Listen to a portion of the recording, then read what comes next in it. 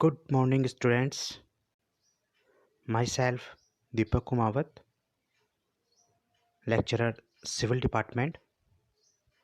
जैसा कि हम हमारे पिछले वीडियो में स्टेयरकेस पे स्टडी कर चुके हैं कि स्टेयरकेस क्या होती है, कौन कौन से एलिमेंट होते हैं और किस प्रकार से वो यूज़फुल होती है एक बिल्डिंग स्ट्रक्चर में। आज हम एक बिल्डिंग से रिलेटेड नए टॉपिक रूफ्स पे स्टडी करने वाले हैं कि बिल्डिंग के अंदर रूफ का क्या रोल होता है, कितने प्रकार की रूफ होती है, कौन कौन से एलिमेंट रूफ में होते हैं। इन सब की ब्रीफली स्टडी हम लोग आज इस वीडियो में करने वाले हैं। तो हम बात करते हैं सबसे पहले रूफ की कि रूफ होती क्या है। रूफ भवन का वह भाग है जो भवन को पूर्ण रूप से कवर करता है, मौसम इत्यादियों से सुरक्षा प्रदान करता है और ये भवन का सबसे ऊपरी भाग होता है। छत भवन के अंदर होने वाले क्लाइमेट चेंजमेंट से बिल्डिंग को प्रोटेक्ट रखती है। रेन, सनलाइट, कोल्ड वेदर आदि सभी में, एयर आदि सभी में बिल्डिंग को प्रोटेक्ट करती है, उसे कवर करती है और सबसे ऊपरी भाग में बनी होती है। अब हम बात करते हैं टाइप ऑफ रूफ्स कि छत कितने प्रकार की होती है। तो मेनली रूफ्स को 3 भागों में डिवाइड किया गया है। सबसे फर्स्ट है पिच्ड और स्लोपिंग रूफ, ढालू छत। सेकंड है फ्लैट रूफ्स ऑफ और ट्रेसेड रूफ, समतल छत। थर्ड है कर्व्ड रूफ या वक्र छत। इन 3 छत हैं जिनके बारे में हम स्टडी करेंगे कि कौन कौन सी छत में कौन कौन से एलिमेंट होते हैं।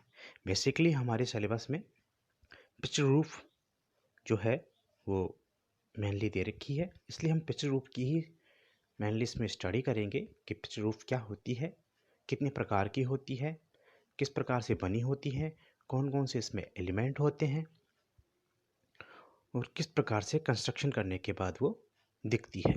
तो पिच्ड रूफ की इसमें स्टडी करेंगे। तो सबसे पहला टॉपिक है अपना पिच्ड रूफ या स्लोपिंग रूफ। इसे पिच्ड और स्लोपिंग दोनों बोला जाता है। ढालू छत तो ढलान वाले ऐसे क्षेत्र जहाँ पे अत्यधिक बारिश होती है या बर्फ़ गिरती है, वहाँ 20 डिग्री से अधिक ढलान देकर ढालू छत का निर्माण किया जाता है। तो ऐसे एरियाज़ जहाँ बहुत ज़्यादा हेवी रेन्स होती हैं, बहुत ज़्यादा बर्फ़ गिरती है, स्नोफॉल होता है, वहाँ पे उस बिल्डिंग को क्रैक आदि से बचाने के लिए ढलान वाली छतें बनाई जाती है, जिससे जो हेवी रेन्स में जो वाटर है या स्नोफॉल में जो बर्फ़ है वो बिना किसी मशीन पावर, मैन पावर के ही स्लाइड होके ज़मीन पे गिर सके और अपना स्ट्रक्चर जो है वो सेफ रहे। इसलिए पिच रूफ या स्लोपिंग रूफ बनाई जाती है, जिसमें 20 डिग्री का एंगल या 20 से अधिक डिग्री का स्लोपिंग एंगल देकर उस स्लोप कंडीशन को क्रिएट किया जाता है। अब आगे हम पढ़ते हैं कि ढलान छत जो है में कौन कौन से मेंबर होते हैं, कितने प्रकार की होती हैं और उन मेंबर्स को हम किस प्रकार से स्टडी करते हैं। तो जैसा कि हम बात कर रहे थे कि पिच रूफ के बेसिक एलिमेंट्स क्या होते हैं, तो हमने एक डायग्राम ड्रॉ किया है एलिमेंट ऑफ पिच रूफ की। पिच रूफ जो स्लाइडिंग वाली रूफ जो होती है या स्लोप वाली जो रूफ जो होती है वो किस प्रकार से दिखती है और उसमें कौन कौन से एलिमेंट होते हैं। जैसा कि आप डायग्राम में देख रहे हैं, अगर हम राइट से स्टार्ट करें तो gable end, barge board, verge, common rafter, valley rafter, ridge board, jack और cripple rafter, hip rafter, hip jack rafter, hip end, fascia, soffit, principal rafter और उसके नीचे एक छोटा डायग्राम दिया गया है जो ब्रीफली एक्सप्लेन किया गया है कि जब एक स्ट्रस ट्रस ट्रस मीन होता है कि एक प्रकार की ट्रायंगल संरचना। ट्रस का मीन होता है कि पर्लिन और राफ्टर्स और टाई बीम आपस में मिलकर एक ट्रस का निर्माण करते हैं। तो उसकी एक छोटी संरचना आपको वहाँ दे रखी है जिसमें पॉइंट्स को बताया गया है कि किस प्रकार से वो पॉइंट दिखते हैं। तो एक छोटे डायग्राम में आपको ड्रॉ कर रखा है कि राइज क्या होता है, क्लेट क्या होता है, बेटन क्या होता है, रिज लाइन क्या होती है, पर्लिन, कॉमन राफ्टर, पिच और स्पान। ये किसी भी पिच रूफ के बेसिक एलिमेंट होते हैं और इन एलिमेंट्स को जब आपस में मिलाया जाता है तो पिच रूफ का निर्माण होता है। इन एलिमेंट्स के बारे में हम ब्रीफली स्टडी करने वाले हैं कि ये एलिमेंट्स क्या होते हैं, किस प्रकार से एक पिच रूफ में हेल्पफुल होते हैं। तो डायग्राम में जो टॉपिक्स दे रखे हैं उनकी अब स्टडी करते हैं। तो सबसे पहले बात करते हैं हम पिच रूफ बेसिक एलिमेंट की। बेसिक एलिमेंट पिच रूफ के सबसे फर्स्ट है स्पान, सेकंड है rise, pitch, ridge, hip, valley, verge, common rafter, hip rafter, purlin, battens, cleats, gable और प्रिंसिपल राफ्टर। इस प्रकार से 14 एलिमेंट्स हैं। बेसिकली एलिमेंट्स तो बहुत हैं बट ये इम्पोर्टेंट एलिमेंट्स हैं जिनसे मिलकर पिच रूफ का कंस्ट्रक्शन होता है। इन एलिमेंट्स के बारे में हम ब्रीफली स्टडी करेंगे कि एलिमेंट्स किस प्रकार से एक पिच रूफ में होते हैं। तो हम सबसे पहले बात करते हैं स्पान की कि स्पान क्या होती है।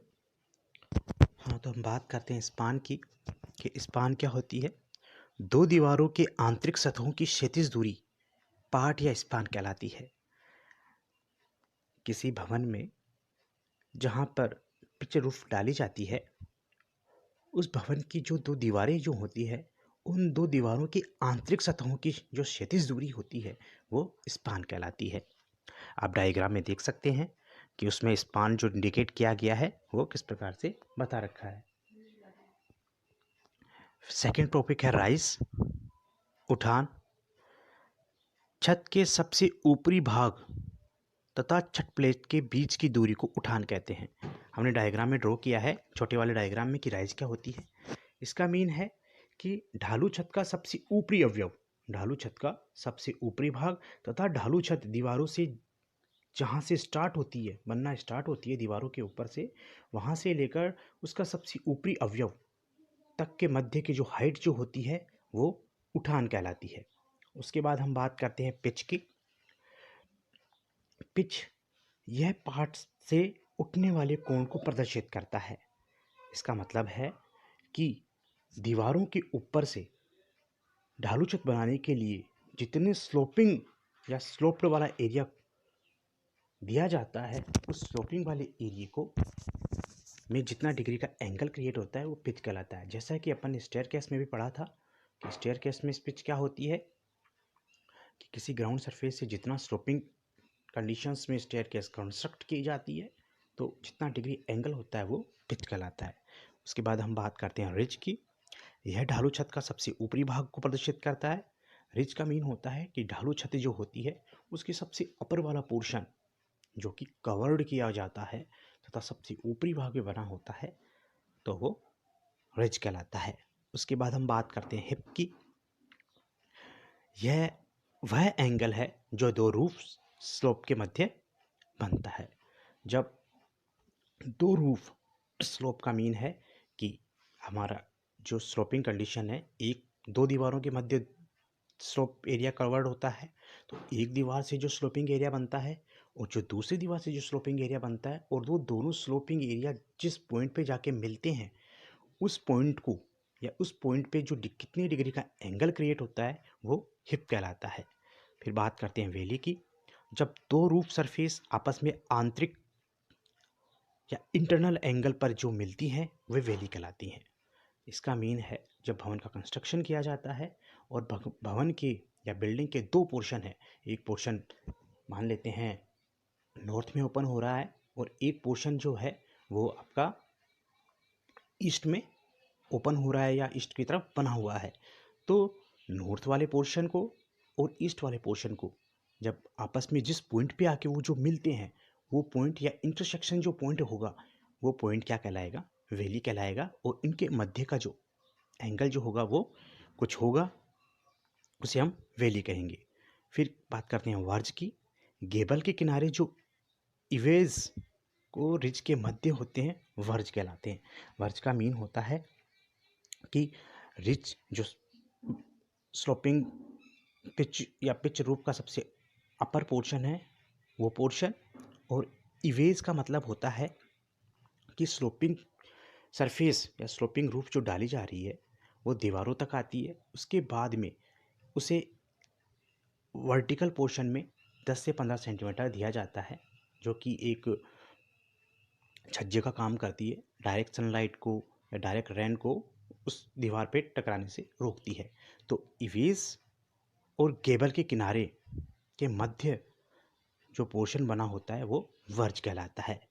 उसके बाद हम बात करते हैं कॉमन राफ्टर की। कॉमन राफ्टर क्या होता है? कॉमन राफ्टर का मीन है rafter is the series of sloped structure member such as wooden beam. अर्थात ढलान छत में जो ढालू अवयव होते हैं, जिन्हें राफ्टर को शहतीर भी कहा जाता है, वे आपस में मिलकर, बहुत सारे ढलान अवयव आपस में मिलकर कॉमन राफ्टर का निर्माण करते हैं। अर्थात जब ढलान छत जो बनाई जाती है उसमें जो वर्टिकल मेंबर जितने भी होते हैं, वर्टिकल बड़े बड़े, जैसे अगर वुड से बनाई जाती है तो वुडन मेंबर हो गए, या फिर अन्य किसी एलिमेंट से बनाई जा रही है, स्टील से बनाई जा रही है, तो वो जो एलिमेंट है उनमें जो वर्टिकल एलिमेंट जो होंगे वो वर्टिकल एलिमेंट राफ्टर कहलाएंगे। और बहुत सारे वर्टिकल एलिमेंट मिलकर कॉमन राफ्टर कहलाएंगे, जैसा कि हमने डायग्राम में ड्रॉ कर रखा है। फिर से हम देख लेते हैं डायग्राम को कि कॉमन राफ्टर कहाँ होते हैं, किस प्रकार से बने होते हैं। जैसा कि हमने बात की अभी वैली राफ्टर की, रेज की, कॉमन राफ्टर, जैसे कि छोटे डायग्राम में दे रखा है कि जो वर्टिकल अवयव जो होते हैं वो कॉमन राफ्टर कहलाते हैं। इस प्रकार से ये डायग्राम के अंदर जो पॉइंट्स जो आपको रिप्रेजेंट किए गए हैं। इसके बाद हम बात करते हैं hip rafter. Two roof slope को मिलाने वाले राफ्टर हिप राफ्टर कहलाते हैं, जो 45 डिग्री पर बंधे होते हैं। जैसा कि डायग्राम में ड्रॉ कर रखा है कि स्लोपिंग रूफ में एक स्लोप साइड जो होती है वो एक दीवार से स्टार्ट होती है, दूसरी स्लोपिंग साइड दूसरी दीवार से स्टार्ट होती है। तो फर्स्ट वाली दीवार से जो स्लोपिंग स्टार्ट होती है वहाँ से जो राफ्टर निकलते हैं, सेकंड वाली दीवार से जो स्लोपिंग स्टार्ट होती है वहाँ से जो राफ्टर निकलते हैं, वो दोनों राफ्टर मिलकर किसी जगह मिलते हैं। तो उस जगह पे वो 45 डिग्री का एंगल पे बंधे होते हैं और वो हिप राफ्टर कहलाते हैं। फिर है परलीन। ये रूफ के हॉरिजॉन्टल एलिमेंट होते हैं जो राफ्टर से कनेक्ट होते हैं तथा मजबूती प्रदान करते हैं। हमने पढ़ा कि स्लोपिंग जो पिच रूप है उसमें जो वर्टिकल मेंबर होते हैं वो राफ्टर कहलाते हैं, और उन वर्टिकल मेंबर के साथ साथ उनके नीचे जो होते हैं वो हॉरिजॉन्टल मेंबर जुड़े होते हैं। इस प्रकार से एक स्क्वायर संरचना का निर्माण होता है। तो जो हॉरिजॉन्टल मेंबर जुड़े होते हैं वो परलीन कहलाते हैं, जो क्या करते हैं, जो राफ्टर्स जो होते हैं उनको एक्स्ट्रा सपोर्ट देते हैं, उस पर आने वाला जो लोड जो होता है उसको इजी वे में वो ट्रांसफ़र करते हैं और उसको मजबूती से एक स्थान पे बनाए रखते हैं। फिर बात करते हैं बैटन्स की। ये पतली स्ट्रिप जो लकड़ी इत्यादि की होती है और राफ्टर के ऊपर फिक्स की जाती है, इसे सेलिंग रूफ पे सपोर्ट में करती है। एक पतली लकड़ी की स्ट्रिप होती है और जो क्या करती है, जो राफ्टर्स जो होते हैं, वर्टिकल मेंबर जो होते हैं, उनके ऊपर फिक्स की जाती है, जिससे उसमें जब नट बोल्ट या किसी अन्य एलिमेंट को ऐड किया जाए तो वो क्या करे, उस राफ्टर को उसी पोजीशंस में बनाए रखे। उसके बाद हम बात करते हैं क्लेट्स की। ये क्लेट्स क्या होते हैं? छत के ऐसे स्मॉल ब्लॉक्स जो ट्रस पर फिक्स किए जाते हैं, जो परलीन को स्लाइडिंग से बचाते हैं। क्लेट्स लकड़ी के छोटे टुकड़े होते हैं, उनको परलीन और राफ्टर या कॉमन राफ्टर के मध्य फिक्स किया जाता है, जो क्या करते हैं, जो परलीन पे आने वाली लोड जो है उस लोड की वजह से परलीन अपनी प्लेस से या अपनी जगह से स्लाइड ना हो जाए, उसको स्लाइडिंग से बचाती हैं। फिर बात करते हैं गेबल की। ट्रायंगल पार्ट जो वॉल के अपर पार्ट में दिखाई देता है उसे गेबल कहते हैं। जैसा कि डायग्राम में हमने देखा था कि क्या डायग्राम के अंदर गेबल होता है। गेबल का मीन है कि रिज जो ढालू छत का सबसे ऊपरी अवयव है और फर्स्ट वॉल से आने वाली स्लाइड सेकंड वॉल से आने वाली स्लाइड रिज पे जाके मिल जाती है, तो एक ट्रायंगल शेप का कंस्ट्रक्शन करती है या क्रिएट करती है ट्रायंगल शेप। वो ट्रायंगल शेप गेबल कहलाती है। फिर बात करते हैं प्रिंसिपल राफ्टर की। ये ट्रस के इंक्लाइंड मेंबर होते हैं और इनर पोर्शन में रूफ में लगे होते हैं। प्रिंसिपल राफ्टर का ही एक पार्ट है। जो क्या होते हैं, जो ट्रस जो होती है उसके इंक्लाइंड मेंबर होते हैं और इनर पोर्शन में उसके सपोर्टिंग में लगे होते हैं। इस प्रकार से हमने पिच रूफ के जितने भी एलिमेंट्स थे उनकी स्टडी की कि वो एलिमेंट्स क्या होते हैं, डायग्राम में कौन से स्थान पे लगे होते हैं एक रूफ के अंदर और किस किस प्रकार से वो रूफ को सपोर्टिंग करते हैं, जिससे कि रूफ क्या हो, ज़्यादा स्ट्रेंथ लेवल और ज़्यादा लोड बियरिंग बन सके। अब हम आगे बात करते हैं कि जो रूफ जो होती है वो कितने प्रकार की होती है, कौन सी रूफ कितने भागों में डिवाइड होती है और किस किस प्रकार से दिखती है। जैसा कि हमने स्टार्टिंग में बात की थी कि रूफ जो होती है वो मेनली 3 भागों में बटी हुई। फर्स्ट पिच्ड रूफ होती है, सेकंड फ्लैट रूफ होती है, थर्ड कवर्ड रूफ होती है, कर्व रूफ होती है। तो उसमें हम बात कर रहे थे पिच्ड रूफ की। पिच्ड रूफ की अपने डेफिनेशन पढ़ ली थी और पिच्ड रूफ के अपने एलिमेंट जान लिए हैं। अब आगे बात करते हैं कि पिच्ड रूफ जो होती है वो कितने प्रकार की होती है। तो पिच्ड रूफ को जो है बेसिकली 3 भागों में बांटा गया है। इसको भी 3 भागों में बांटा गया है। फर्स्ट है सिंगल रूफ, सेकंड है ट्रस्ड रूफ, थर्ड है डबल और परलेन रूफ। इन 3 बेसिक भागों की जो रूफ होती है उनमें भी इनके आगे भी क्लासिफिकेशन किए गए हैं। जैसे सिंगल रूफ जो होती है वो 4 प्रकार की होती है। फर्स्ट है लीन टू रूफ, सेकंड है कपल रूफ, थर्ड है कपल क्लोज रूफ, थर्ड है कॉलर बीम और कॉलर टाई रूफ, सेकंड आपकी ट्रस रूफ है, उसका कोई क्लासिफिकेशन नहीं है। थर्ड है आपकी डबल और परलिन रूफ, उसको भी क्लासीफाई किया गया है 4 भागों में। फर्स्ट है किंग पोस्ट रूफ और वो किस प्रकार से दिखती है। पिच रूफ के क्लासिफिकेशन में सबसे पहला हम पढ़ने वाले हैं सिंगल रूफ। तो सिंगल रूफ क्या होती है, सबसे फर्स्ट हम बात करते हैं सिंगल रूफ की कि इस रूफ में सामान्य राफ्टर उपयोग में लिए जाते हैं। ढाल में बिना किसी आंतरिक सपोर्ट के इस प्रकार के रूफ में स्पान की विड्थ 5 मीटर तक होती है। सिंगल रूफ का मीन है कि स्पान की विड्थ जो होती है वो 5 मीटर तक होती है। मतलब 2 आंतरिक दीवारों के मध्य की जो विड्थ जो होती है वो लेंथ जो होती है वो 5 मीटर तक हो सकती है। इसमें बिना किसी आंतरिक सपोर्ट के कॉमन राफ्टर उपयोग में लिए जाते हैं। हम पढ़ते हैं कि ये रूफ किस प्रकार से होती है, किस प्रकार से इसका क्लासिफिकेशन किया गया है। तो जैसा कि हमने पढ़ चुके हैं कि सिंगल रूफ को भी 4 भागों में बांटा गया है। तो उसमें सबसे पहला है लीन टू रूफ। ये रूफ क्या होती है उसके बारे में स्टडी करते हैं। इस प्रकार की रूफ एकदम सिंपल होती है। इसे पेंट और एसियल रूफ भी कहा जाता है। तो आप लोग ध्यान रखें, क्वेश्चंस आपके पेंट और एसियल रूफ से भी बन सकते हैं। इस प्रकार की रूफ में एक दीवार सफिशिएंट हायर होती है और दूसरी दीवार स्लोपिंग के अकॉर्डिंग हाई की जाती है। ये मुख्यतः वरामदे इत्यादि में बनाई जाती है और इनके मध्य की जो मैक्सिमम स्पान जो होती है 2 दीवारों के वो 2 से 4 मीटर होती है। इस प्रकार के रूप में जैसा कि आप डायग्राम में देख पा रहे हैं कि जो एक वॉल जो होती है वो सफिशिएंट हाई कि जितना अपने को हाई करना होता है उस पोर्शन को उतना सफिशिएंट हाई करते हैं और जो सेकंड दीवार जो होती है उसको उतना हायर करते हैं कि अब फर्स्ट दीवार से जो छत डाली जाएगी स्लोपिंग के अकॉर्डिंग तो वो स्लोप वो कवर कर सके। तो इस प्रकार से 2 दीवारों का कंस्ट्रक्शन किया जाता है और मेन वॉल होती है जैसा कि आपको बता रखा है कि इसमें मेन वॉल है, वरामदा वॉल है और उनके मध्य की जो चौड़ाई जो है या स्पान जो है वो 2.4 मीटर है और एक स्लोपिंग रूफ इस पे डाली गई है जिनमें कॉमन राफ्टर्स, बैटन्स इत्यादि से वो ऐड की गई है और इस प्रकार से वो दिखती है। ये वरामदे इत्यादि में हमारे भवन के अंदर, हमारी बिल्डिंग के अंदर जो वरामदे इत्यादि बनाए जाते हैं वहाँ पे वो उपयोग में ली जाती है। आगे हम बात करते हैं कपल रूफ की। कपल रूफ जो होती है, couple roof pair of two walls का स्लोपिंग एरिया होता है, अर्थात इस प्रकार की रूफ बनी होती है पेयर और couple of rafter and slope both side. मतलब स्लोपिंग जो डायरेक्शन जो होती है वो दोनों साइड में होती है। हम देख रहे थे कि लीन टू रूफ में जो स्लोपिंग डायरेक्शन से है, स्लोपिंग एरिया जो है वो एक साइड में था। कपल रूफ में दोनों पोर्शंस पे स्लोपिंग एरिया होता है। कॉमन राफ्ट, इस प्रकार के रूफ में कॉमन राफ्टर्स अपर पार्ट एक दूसरे से विपरीत जुड़े होते हैं। वे रिज के मिडिल में मिलते हैं और स्पान जो होती है दो दीवारों के मध्य वो 3.6 मीटर होती है। तो जैसा कि हम डायग्राम में देख रहे हैं, तो रिज वाला पोर्शन जो होता है वो सबसे अपर पोर्शन होता है, और जो कॉमन राफ्टर जो होते हैं वो एक दूसरे से विपरीत डायरेक्शंस में जुड़े होते हैं। इसका मीन ये है कि फर्स्ट वॉल से जो कॉमन राफ्टर्स निकलते हैं, सेकेंड वॉल से जो कॉमन राफ्टर निकलते हैं, वो एक दूसरे से विपरीत दिशा में होते हैं और आके रिज वाले पोर्शन पे आके मिलते हैं, जैसा कि इस डायग्राम में दे रखा है।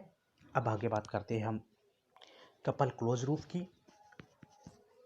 It's similar to couple roof but common rafter की जो लंबाई जो है वो बांध दी जाती है एक टाई बीम के माध्यम से। ये टाई बीम राफ्टर के फैलाव को रोकता है, लकड़ी या स्टील का बना होता है और इनके मध्य जो स्पान जो होती है 4.2 मीटर होती है। कपल क्लोज रूफ जो होती है वो लगभग सिमिलर ही होती है कपल रूफ के, लेकिन कपल रूफ में जो राफ्टर्स जो होते हैं वो अधिक लंबाई तक फैले हुए होते हैं और कपल क्लोज रूफ में जो राफ्टर्स की लंबाई जो है वो एक निश्चित कर दी जाती है, उन्हें बंद कर दिया जाता है एक बीम की मदद से जो कि लकड़ी का या स्टील का बना होता है। तो ये उन राफ्टर्स को बांध देता है, अतः इसे टाई बीम भी कहते हैं और इनके मध्य जो होती है स्पान जो होती है लगभग 4.2 मीटर होती है। अब हम बात करते हैं कॉलर बीम रूफ की, कि जब रूफ में सपोर्ट करने वाली वॉल्स के मध्य स्पान इंक्रीज हो जाती है तो लोड भी बढ़ जाता है। तब टाई बीम के उठान को रोकने तथा रिज से वर्टिकल हाइट जो वॉल प्लेट बढ़ा देती है तथा उठा हुआ बीम कॉलर बीम कहलाता है और टाई बीम जो है वो स्लोपिंग होने से बचाता है। कॉलर बीम रूफ का मीन है कि जब स्पान की विड्थ ज़्यादा हो जाती है, जैसा कि हमने पढ़ा था कि 5 मीटर तक हो सकती है पिच रूफ में स्पान, तो अगर 5 मीटर तक या 5 मीटर से अधिक अगर रूफ की मध्य स्पान हो जाता है तो वॉल्स तो लोड बढ़ जाता है। जो राफ्टर्स जो उसके अंदर लगाए जाते हैं या उसके अंदर जो एलिमेंट ऐड किए जाते हैं उनका डेड लोड जो होता है वो इंक्रीज़ हो जाता है। उस इंक्रीज डेड लोड को बैलेंसिंग सेक्शन में बनाए रखने के लिए जो कपल क्लोज रूफ में हम जो टाई बीम प्रोवाइड कराते हैं वो वॉल्स पे करवा रहे थे। इसके अंदर जो टाई बीम जो होगा वो राफ्टर्स के मध्य ऐड कर दिया जाएगा। राफ्टर्स को, परलिन्स को और टाई बीम को आपस में ऐड कर दिया जाएगा, जिससे क्या होगा कि उस पर आने वाला जो एक्स्ट्रा लोड जो होगा वो बैलेंसिंग सेक्शन में बना रहेगा और हमारा स्ट्रक्चर फेल नहीं होगा या हमारी जो रूफ जो है वो फेल नहीं हो पाएगी। आगे हम बात करते हैं, ये तो थे सिंगल रूफ्स के टाइप्स। अब आगे बात करते हैं सेकंड, हमारा है डबल और परलिन रूफ। जब स्पान 2.4 मीटर से अधिक होती है तब राफ्टर्स की साइज बढ़ जाती है जो अनइकोनॉमिकली होती है, अतः परलिन में राफ्टर ऐड कर दिए जाते हैं और सेक्शंस को सूटेबल या बैलेंसिंग बना दिया जाता है। जब स्पान की विड्थ जो है वो 2.4 मीटर से अधिक हो जाती है तो राफ्टर्स की साइज भी बढ़ जाती है और राफ्टर्स की साइज बढ़ जाती है तो वो अनइकोनॉमिकली हो जाती है, तो ना तो वो बैलेंस बना पाता है उस छत के अंदर और ना ही वो अच्छे से फिट हो पाता है।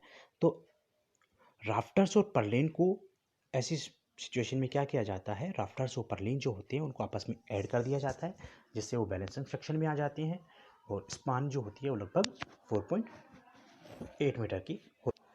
आगे हम बात करते हैं फ्रेम्ड और ट्रस रूफ की, जो अपना सेकंड टाइप था। जैसा कि हमने क्लासिफिकेशन को पिच किया था उसमें फर्स्ट सिंगल रूफ था, सेकंड ट्रस रूफ था और थर्ड डबल और परलिन रूफ था। तो हमने सिंगल रूफ और थर्ड वाला पोर्शन जो है डबल या पर्लिन रूफ वो स्टडी कर चुके हैं। अब सेकंड पोर्शन पे आए हैं ट्रस रूफ।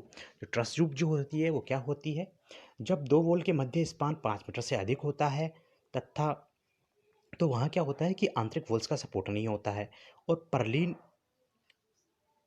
का जो फ्रेम स्ट्रक्चर होता है वो ट्रस रूफ कहलाता है। अर्थात जब दो वॉल्स के मध्य की स्पान 5 मीटर से अधिक होती है, 7 से 8 मीटर तक हो चली जाती है, तब क्या होता है कि आंतरिक वॉल जो होती है उनके मध्य कोई आंतरिक सपोर्ट नहीं होता है। तब जो स्ट्रक्चर बनता है, जैसा कि मैं बता चुका हूँ कि ट्रस क्या होता है, राफ्टर्स, रेज और टाई बीम का जो कॉम्बिनेशन होता है और एक ट्रायंगल शेप जो बनती है वो ट्रस कहलाती है। तो इस प्रकार का जो ट्रस वाला स्ट्रक्चर जो उनका तैयार होता है वो ट्रस रूफ कहलाती है। ये रूफ भी 4 प्रकार की होती है। इसमें फर्स्ट होता है king post roof truss, second है queen post roof truss, third है king and queen post roof truss और मैंसर्ड रूफ ट्रस। थर्ड और वो जो फोर्थ जो पोर्शन है वो लगभग सिमिलर होता है, अतः अपन मैंसर्ड रूफ ट्रस की स्टडी करते हैं। तो सबसे पहले हम बात करते हैं किंग पोस्ट रूफ ट्रस की, ये क्या होती है। तो हम बात करते हैं किंग पोस्ट रूफ ट्रस की। इस प्रकार की ट्रस के मध्य में एक सपोर्ट लगा हुआ होता है, उसे किंग पोस्ट कहा जाता है। और वो जो सपोर्ट जो होता है वो टाई बीम से जुड़ा हुआ होता है। इंक्लाइंड मेंबर जो होते हैं वो इसमें ऐड होते हैं। जो इंक्लाइंड मेंबर क्या करते हैं कि टाई बीम पर और किंग पोस्ट पर आने वाले लोड को ट्रांसफ़र करते हैं। जो प्रिंसिपल राफ्टर जो होते हैं वो बैंड को रोकने के लिए इसमें लगे हुए होते हैं और स्पान जो होती है दो दीवारों के मध्य वो 5.8 मीटर से अधिक होती है और ये ज़्यादा सूटेबल होती है। तो जैसा कि हम इस डायग्राम में देख सकते हैं कि principal rafters, wall plate, ridge, tie beam, ये सब कुछ इसके अंदर दे रखा है और एक बीच में एक जो है वो वर्टिकल लाइन जो बन रखी है जो रिस्ट से सपोर्ट है और टाई बीम पे आके रेस्ट कर रही है, वो किंग पोस्ट है। तो इस प्रकार के स्ट्रक्चर को हम किंग पोस्ट ट्रस कहते हैं और ये ज़्यादा सुटेबल होता है। उसके बाद हम बात करते हैं क्वीन पोस्ट रूफ ट्रस की। इस ट्रस में दो ऊर्ध्वाधर अवयव होते हैं जिन्हें क्वीन पोस्ट रूफ कहा जाता है। Upper portions of queen post in horizontal position and known as straining beam, purlin support to queen post और स्पान जो होती है वो 8 to 12 मीटर होती है। किंग पोस्ट से भी ज़्यादा इंपॉर्टेंट है क्वीन पोस्ट रूफ ट्रस, क्योंकि इसके मध्य जो स्पान जो होती है वो 8 से 12 मीटर की होती है। और ये जो इसमें जो स्ट्रक्चर जो बन के तैयार होता है, जैसा कि हमने डायग्राम में ड्रॉ कर रखा है कि ये प्लम स्लोपिंग वाली रूफ है, उसके अंदर एक स्क्वायर वाला पोर्शन क्रिएट होता है और स्क्वायर वाले पोर्शन के अंदर जो हॉरिजॉन्टल पोजिशंस में जो बीम लगे, वो हॉरिजॉन्टल पोर्शन में जो कॉलम्स की आकार की जो लगे हुए हैं उन्हें स्ट्रेनिंग बीम कहते हैं और ये क्या होते हैं, पर्लिन्स को सपोर्ट करते हैं और ज़्यादा इफेक्टेबल होते हैं। आगे हम बात करते हैं थर्ड पोर्शन। जैसा कि मैंने बताया था आपको, king post and queen post combination है और मैंसर्ड ट्रस है। उन दोनों में लगभग एक ही प्रकार की होती हैं, समानता होती है। इस वजह से हम लोग मैंसर्ड ट्रस को स्टडी करते हैं। अभी देखिए कि जैसा कि इस डायग्राम में दे रखा है कि ये ट्रस कॉम्बिनेशन होता है किंग और क्वीन पोस्ट ट्रस का। लोअर प्लेटफॉर्म जो होता है, लोअर पोर्शन जो बना होता है वो क्वीन पोस्ट का बना होता है, अपर पोर्शन जो होता है वो किंग पोस्ट का बना होता है और ये सबसे स्ट्रॉन्ग ट्रस होती है। इस प्रकार के ट्रस जो है वो हैवी स्ट्रक्चर्स या हैवी जो लेबोरेटरीज होते हैं या जो इंडस्ट्रियल एरिया जो होता है जो कंस्ट्रक्ट किया जाता है स्टील पे और गैल्वेनाइज या स्टील सीट से, उनमें इस प्रकार का पोर्शन आप देख सकते हैं। तो इसमें जो सबसे ऊपरी पोर्शन जो बना होता है उसमें रिज पोर्शन से एक वर्टिकल भी कॉलम डाला जाता है जो कि एक बीम पे रेस्ट करता है। तो इस प्रकार का स्ट्रक्चर किंग पोस्ट हो गया। उसके बाद उससे जस्ट नीचे वाला स्ट्रक्चर जो है वो एक स्क्वायर स्ट्रक्चर होता है जिसमें दो हॉरिजॉन्टल बीम होती है, तो वो क्वीन पोस्ट बीम कहलाती हैं। तो इस प्रकार से दोनों का कॉम्बिनेशन होता है और काफ़ी स्ट्रॉन्ग बनता है। तो इस प्रकार से हमने स्टडी की कि किस प्रकार से पिच रूफ की क्लासिफिकेशन है और पिच रूफ जो है वो जो 3 प्रकार से डिवाइडेशन की गई थी और उन 3 डिवाइडेशंस में भी कितने डिवाइडेशंस होते हैं, किस किस प्रकार की रूफ होती है, उन सब के बारे में हमने स्टडी कर ली है। अब आगे हम स्टडी करेंगे कि रूफ कवरिंग मटेरियल कौन से होते हैं। हमने स्टडी कर ली कि रूफ़ क्या होती है, कितने प्रकार की बनी हुई होती है, कौन सी रूफ़ ज़्यादा इकोनॉमिकली होती है या ज़्यादा लोड को बियर करती है। अब हम आगे पढ़ने वाले हैं कि जो रूफ़ जो कंस्ट्रक्ट की जाती है अकॉर्डिंग टू मटेरियल, कि कौन कौन से मटेरियल से रूफ़ बनाई जाती हैं और किस प्रकार की होती है, कौन सी रूफ़ सबसे ज़्यादा अच्छी होती है, उनके बारे में स्टडी करने वाले हैं। तो रूफ़ कवरिंग मटेरियल में सबसे पहला दे रखा है वो है, तो हम बात कर रहे हैं सबसे फर्स्ट टैच कवरिंग, सेकंड है वुड, थर्ड है टाइल, फोर्थ है एस्बेस्टोस सीमेंट सीट या एसी सीट, फिफ्थ है गैल्वेनाइज्ड कोंगुलेटेड आयरन सीट्स या जीआई सीट्स, और सिक्स है लाइट वेट रूफिंग मटेरियल। तो इस प्रकार से हमारे 6 टाइप्स ऑफ मटेरियल है रूफ कवरिंग के, जिनके बारे में स्टडी करेंगे हम। तो सबसे फर्स्ट है टैचिंग कवरिंग। तो गांव में सर्वाधिक ये उपयोग में लिया जाता है।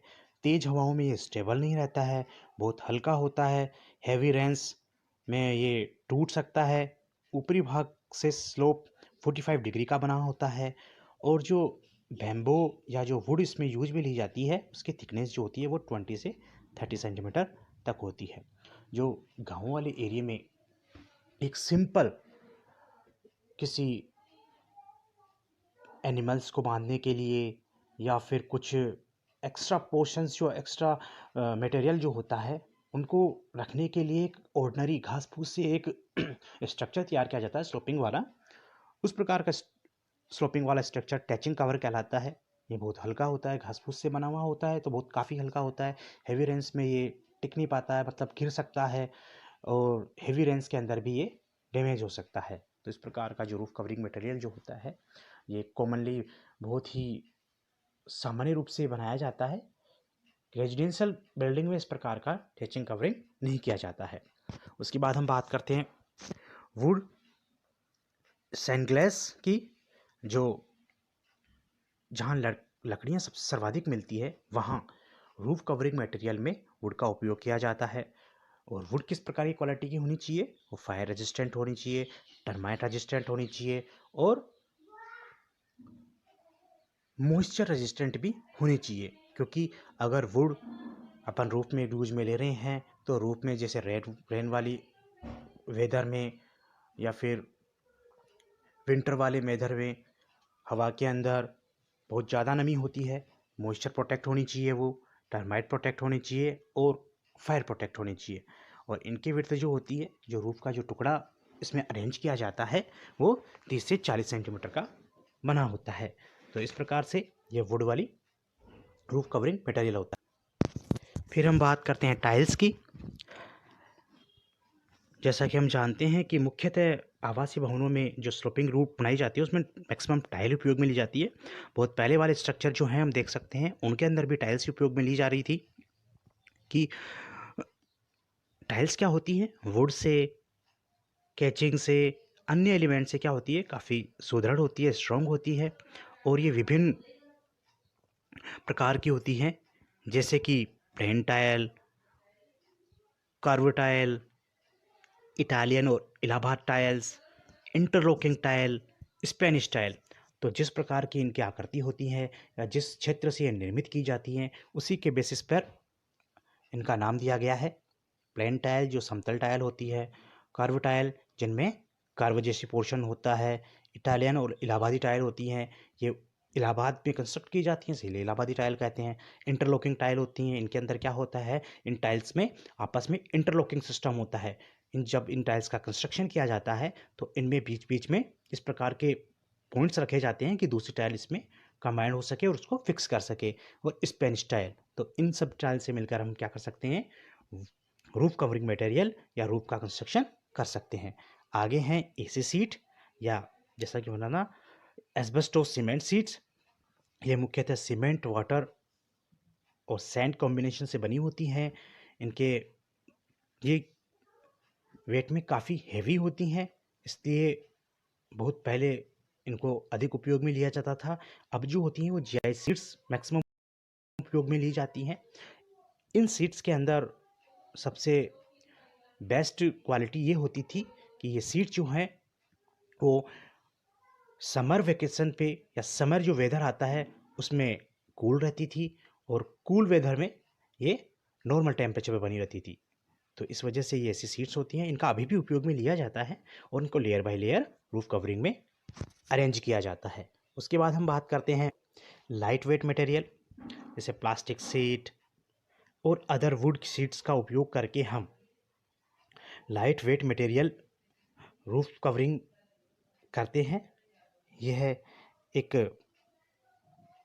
सैनिटेशंस के पर्पज से की जाती है कि बहुत अच्छा लुक दे। बाकी इस पे हम किसी प्रकार का कोई लोड अप्लाई नहीं कर सकते हैं। इस प्रकार के रूफ जो जो मटेरियल जो है वो काफ़ी हल्का होता है, लोड भी बियर नहीं कर सकता है। अतः हम एक गुड लुक के लिए इस प्रकार के लाइट मटेरियल उपयोग में लेते हैं। फिर बात करते हैं जीआई सीट्स की, जो आयरन सीट की बनी होती है, प्रॉपर शेप में बनी होती है और इनमें जो मध्य भाग में जो है बोल्ट्स के कनेक्शन की प्रॉपर व्यवस्था होती है, जिससे क्या करते हैं एक सीट से दूसरे सीट्स को आपस में जोड़ दिया जाता है। ये इस सीट से काफ़ी हल्की होती हैं और काफ़ी लॉन्ग टाइम तक ये चलती हैं। तो ये जीआई सीट्स होती हैं। और जैसा कि हमने टॉपिक था हमारा रूफ कवरिंग मटेरियल, उसमें 6 प्रकार के जो टॉपिक थे उनकी स्टडी कर चुके हैं और हमने पिच रूफ की भी ब्रीफली स्टडी कर चुके हैं। अब हम आगे बात करते हैं कि जो हमने स्टार्टिंग में पढ़ा था कि टाइप्स ऑफ रूफ जो है वो 3 प्रकार की होती है। पिच रूफ होती है, फ्लैट रूफ होती है और कवर्ड रूफ होती है। उसमें सबसे जो सेकंड टॉपिक था, फर्स्ट टॉपिक पिच रूफ की फुल डिटेल से स्टडी कर चुके हैं जो हमारे सिलेबस में है। सेकंड जो है वो फ्लैट रूफ है। तो फ्लैट रूफ क्या होती है? ऐसे एरिया जहाँ हेवी रेन्स